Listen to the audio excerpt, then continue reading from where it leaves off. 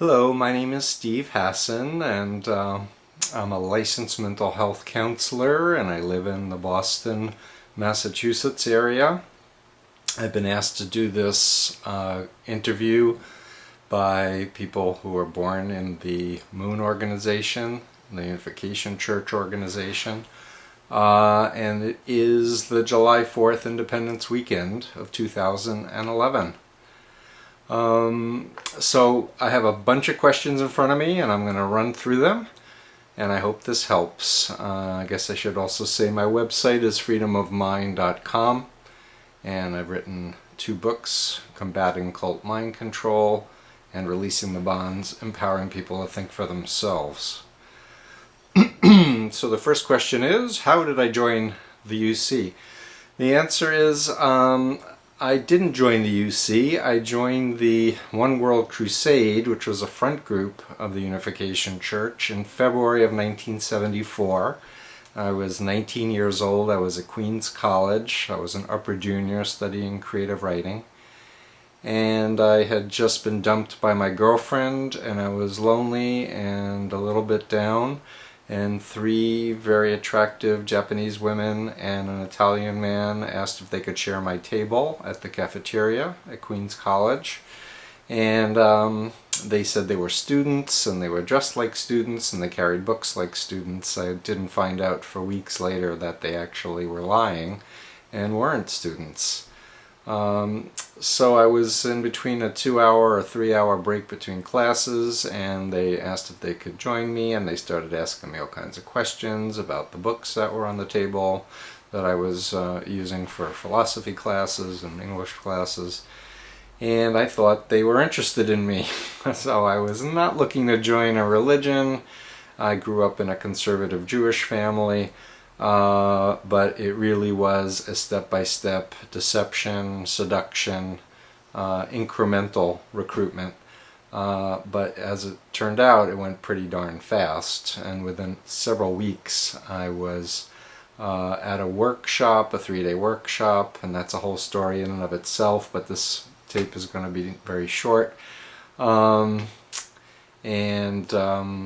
Within several weeks, I believed that Moon was the Messiah, that Armageddon was going to happen in 1977, which was 3 years from then. I dropped out of college. I donated my bank account. I was the first person to join the Flushing Queens Center. I was taken up by Takeru Kamiyama as one of his American disciples, and was I was sent back on campus after I dropped out of school to start up a CARP center.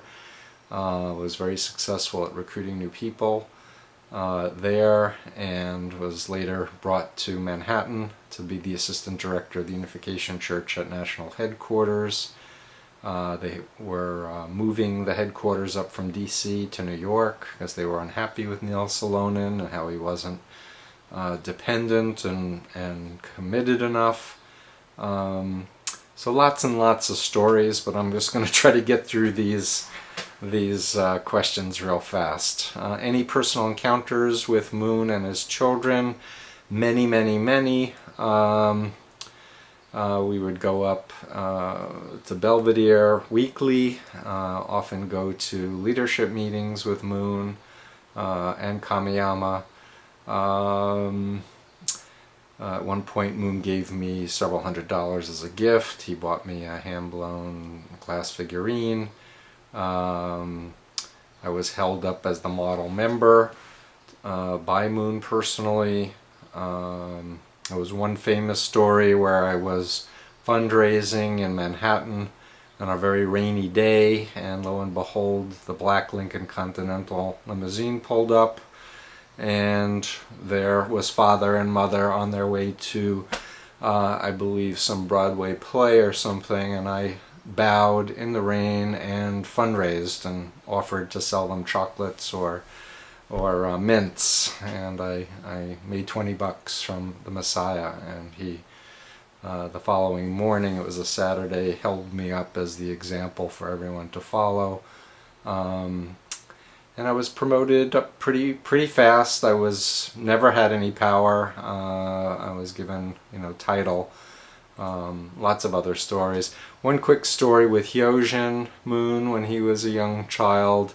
I was playing a game of baseball with him and several other blessed children.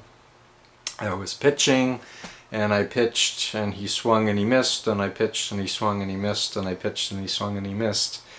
And then I was frozen because he wouldn't leave the base and wouldn't give up the bat.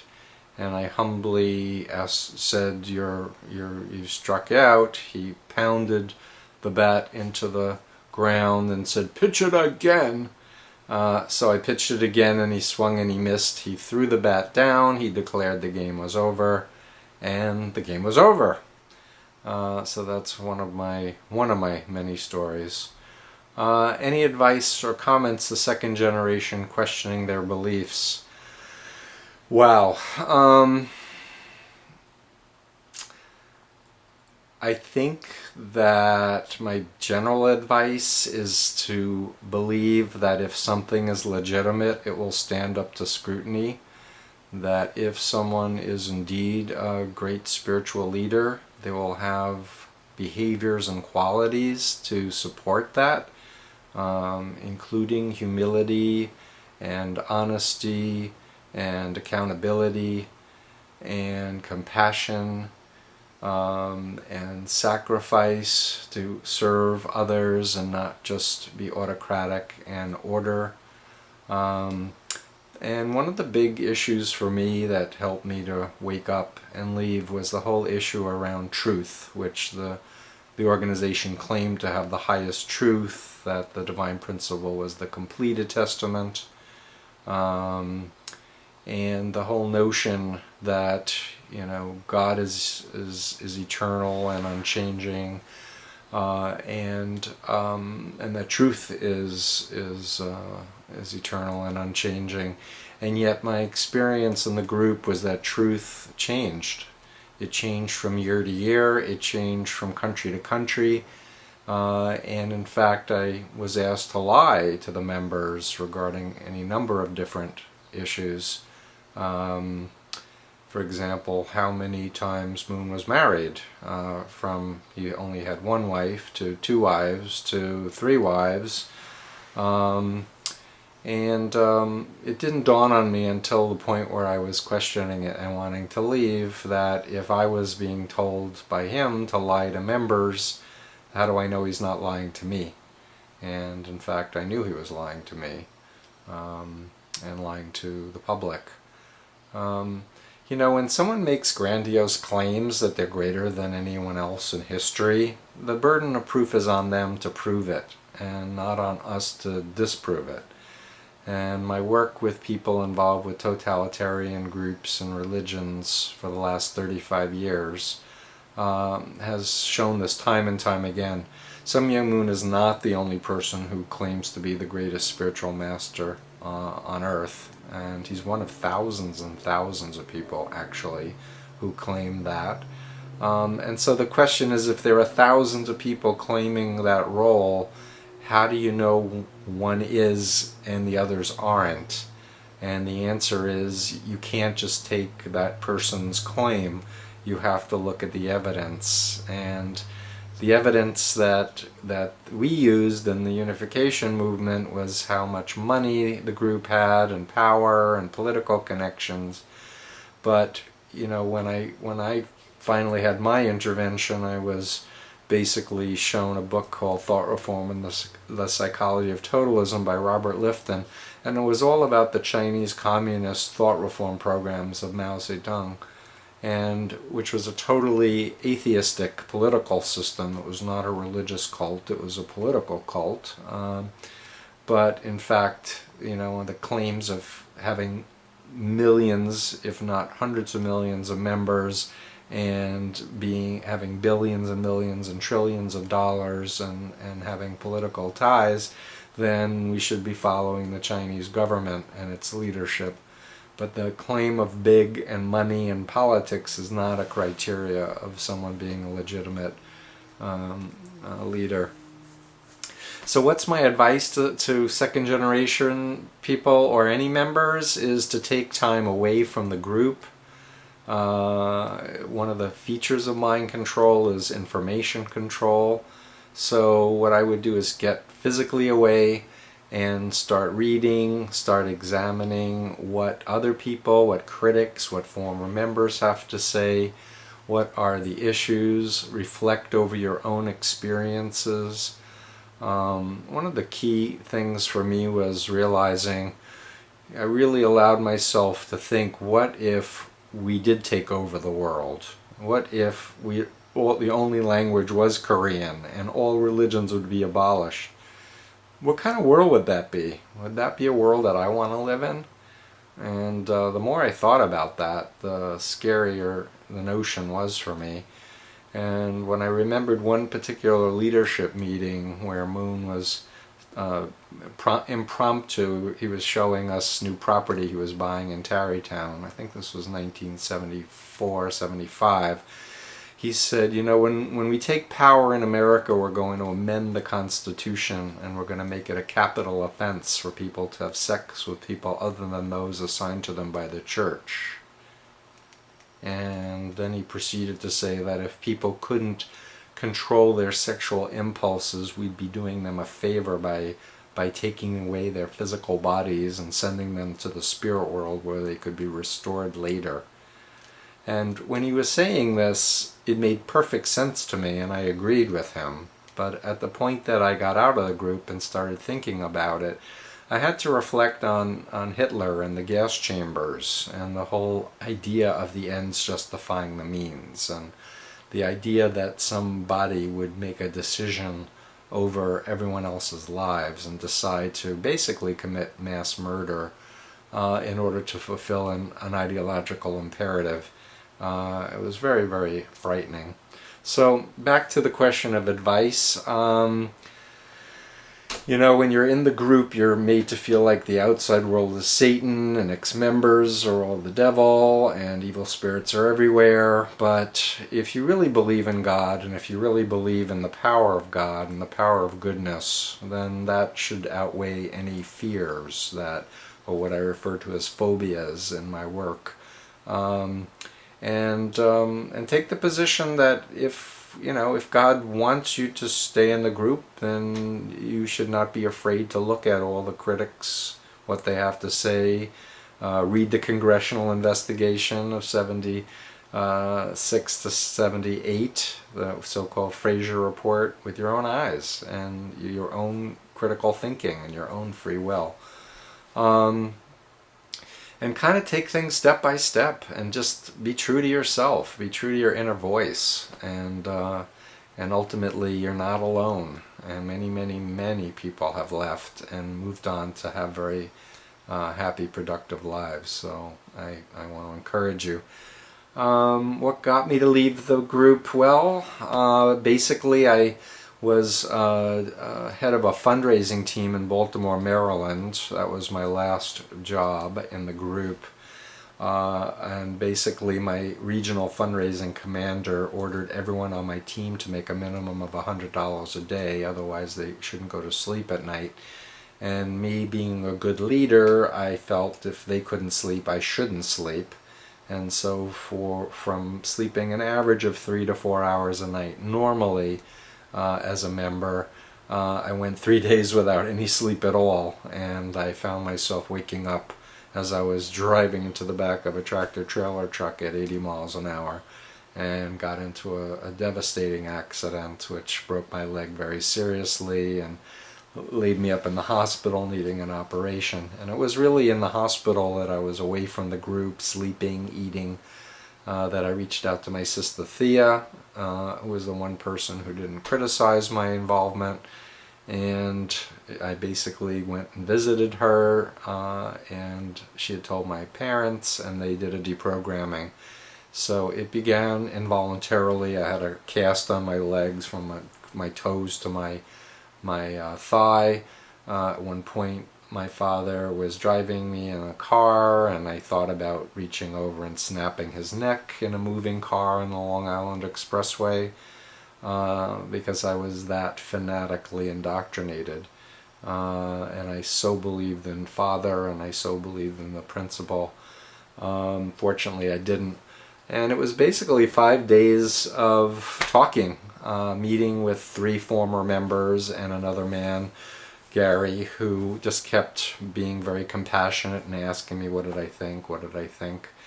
One of the ex-members was one of my spiritual children, a woman named Gladys that I had recruited, who kept reminding me of how I had deceived her, how I had tricked her into the group, different experiences that were unethical that she had experienced. And slowly I started to realize that there is such a thing as brainwashing. I had this false idea that you have to be in a basement with handcuffs and bright lights in your face, and I knew that in the workshops that hadn't happened to me. But as I went through the 8 criteria of Lifton, it was clear that the family did all of those, and then I was left with a kind of analysis of, wait a minute, so God and Satan are using brainwashing techniques, and then is really the Unification Church of God, or are they using brainwashing techniques themselves, which is what the conclusion was for me.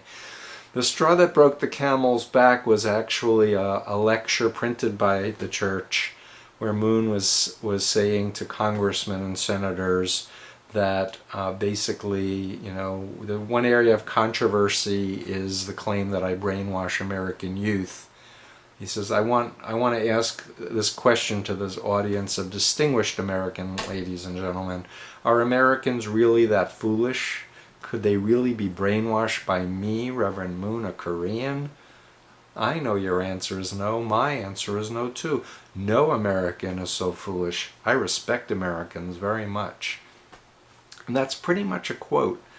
And the former member said, so what do you think, Steve? Do you think he respects Americans very much? And I was like, no, I've heard him speak hundreds of times about how we are the archangels, and we are stupid, and we're unspiritual. And it was so clear that he was lying. And it was the first time in my entire membership that I started doubting and allowing the thought in my mind, Moon is a liar, Moon is a liar. And at that point, everything kind of collapsed. And at that point, I started to cry for about 3 hours. I remember asking for a cold cloth for my face. It hurt so much. I couldn't stop crying. Because I had given my all, my 110%, for 2.5 years. And probably the second generation people watching this are thinking, only 2.5 years? Yep, it was only 2.5 years, but they were very intense. And basically, at the point that I left the group, I just felt very guilty over all the people I had recruited, that I had helped Moon get a foothold in the United States. I started thinking about my brothers and sisters, my 13 American spiritual children that I had recruited. I tried to get them out. They stayed in. It was very, very frustrating for me. I felt very guilty. I had brought out with me original Master Speaks that were literally taped and then transcribed with no editing. I became an expert witness for the Congressional investigation. I went on national television. And some of the things that really confirmed that I wanted to fight the group was things like death threats by the organization, attempts to kidnap me back in. It was really clear the more time I was away from the group and really thinking about it. I eventually went through the Divine Principle 3 more times. I went to theologians to study the Bible to see how they had taken verses out of context. I started reading everything I could about brainwashing and thought reform and persuasion and attitude change and later hypnosis.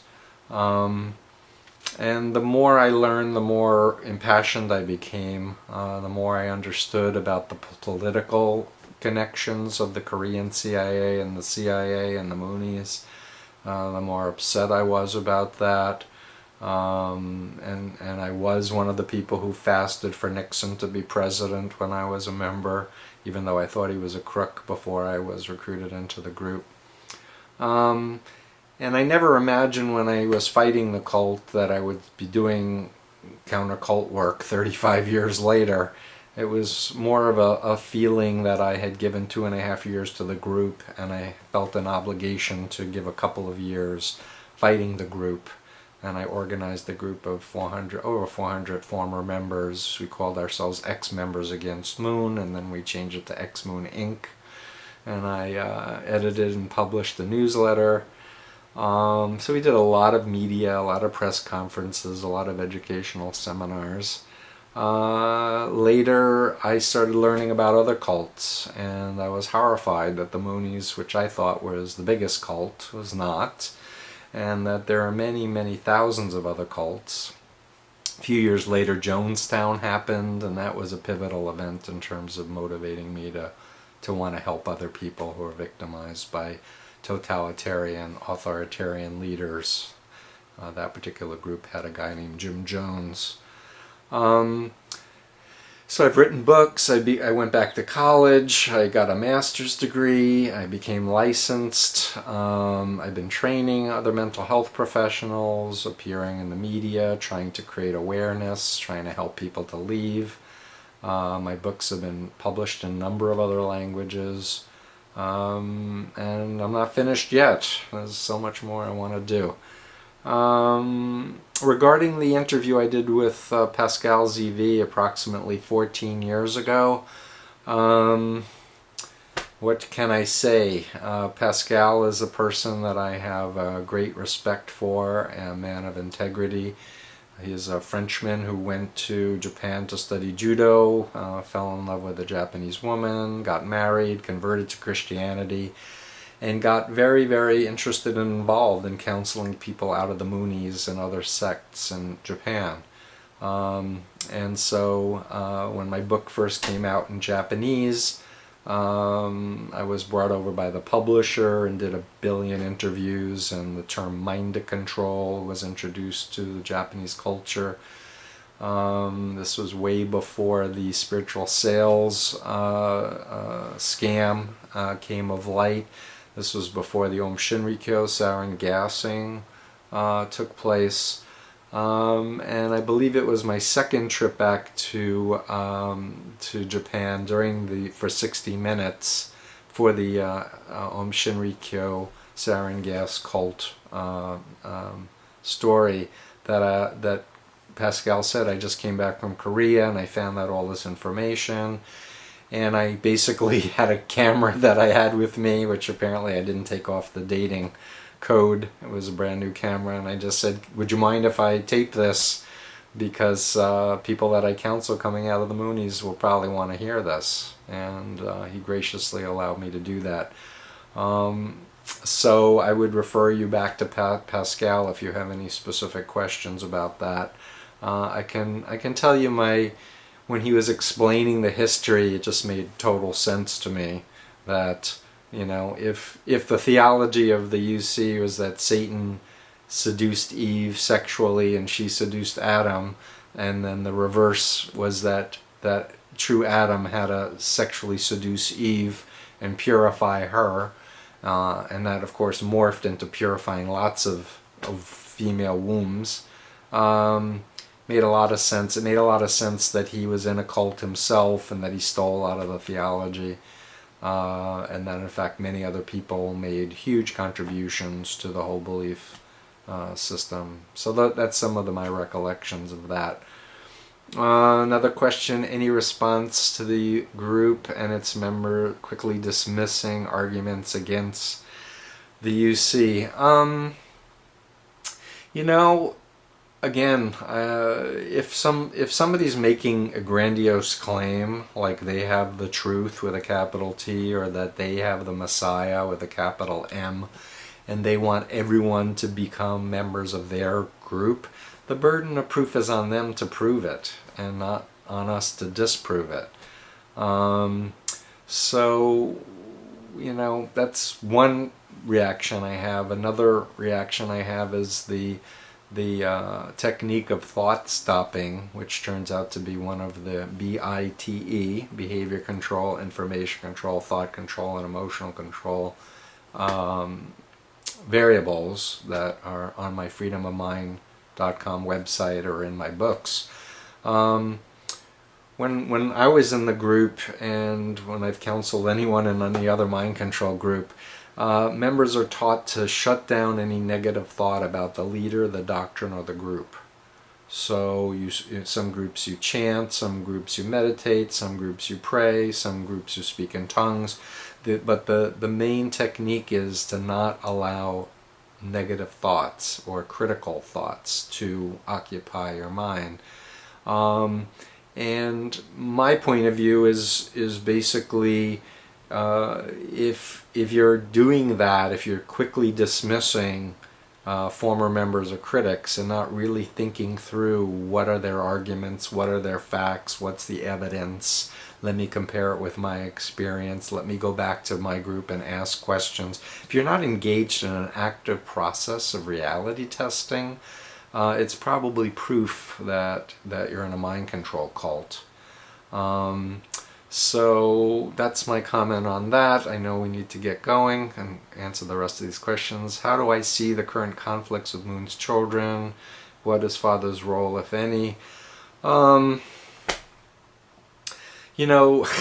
I was a member, I really believed that Moon was perfect and sinless, and that the children were sinless, and this is such overwhelming evidence that the children are not sinless, that they're corrupt, if anything spoiled. Hyojin certainly was, as I evidenced in my Fourth Strike story. Later, Nan Suk-hong wrote her book and went on TV talking about how he used coke and how he went to prostitutes. Another son reportedly was on acid or some other hallucinogen, jumped out of a window and died at a casino hotel window. I just think it's patently clear that the fact that Moon is not perfect, his kids are not perfect, they're spoiled, they have billions of dollars, and anything but the model of unconditional love and truth and goodness, the exact opposite, demonstrating the direct corruption from their father. So that's what I see about that. Any points I'd like to make to members to help them see the other side of it all? Read a book by a former member of Scientology, or a former member of TM, or Divine Light Mission, or Dawn Yoga, or any number of these other groups, Jehovah's Witnesses, and think, put yourself in their shoes, and then as you're reading it, ask yourself, does this reflect any of my own experiences? And obviously, I would encourage people to read Combating Cult Mind Control and make up their own mind whether or not I got it right in terms of describing the process of what is a cult and what is mind control and how it's done. Is there a correlation between long-term members and childhood abuse? I don't know, but you can't learn to be a good parent if you didn't have a good parenting experience as a child, or it's very difficult, to say the least. And at least when I was a member, parents were kept away from their kids. They were told they were too busy to take care of their kids. The kids were raised communally. There wasn't time allowed for a real attachment to take place, which is the foundation of a healthy sense of self. In my opinion, mind control groups are creating violence, psychological violence, emotional violence. So it's not surprising to me there's also physical childhood abuse as well. Then one of the last couple of questions is a lot of circumstantial evidence suggesting strongly that Moon has practiced ritualized sex amongst many, maybe tens of married women. Are we ever going to see hard evidence? I don't know. I think as people age and die, there'll be, less and less opportunity for direct evidence. I am reminded of Nan Suk Hong's account in her book, In the Shadow of the Moons, where she said that she talked to Mrs. Moon and Sun Myung Moon about him having sex with other people, and they did not deny it. To me, that's, if she's trustworthy, and I believe she is, that's as close to hearing from a horse's mouth, and that and the actual testimonials of some of the former victims. What's Moon's relationship with the KCIA? I don't know what it is right now, but I direct people to my Freedom of Mind website, my Moon page. Read the 85 pages of the final report. It documents that the founder of the Korean CIA said that he, quote, organized and utilized the Unification Church for use as a political tool, unquote. Well, we know that Bo Hee Pak was the KCIA CIA liaison person in the early 60s in Washington, D.C. We know that the Moonies were involved with Radio Free Asia, which turned out to be a Korean CIA front. We know that a former KCIA agent defected with 8-point plan for covert operations in the United States, and one of the 8 points was the Moon Organization. So it's more than circumstantial evidence that there are historical ties with the Korean CIA, and for that matter, perhaps the CIA, which founded the Korean CIA or helped the dictatorship in the early 60s establish a Korean CIA.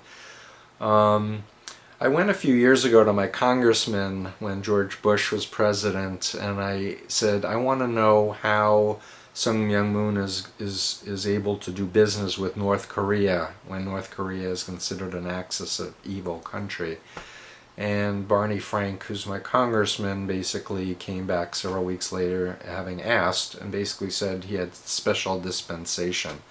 And I've heard in the past few years that there are Moon incursions into North Korea, particularly through business, and I assume to also try to influence politics. And perhaps someone at the CIA or the South Korean CIA is interested in that, since it's such a closed country. Talk about a brainwashing, mind control organization. North Korea kind of is the quintessential political cult right now in the world.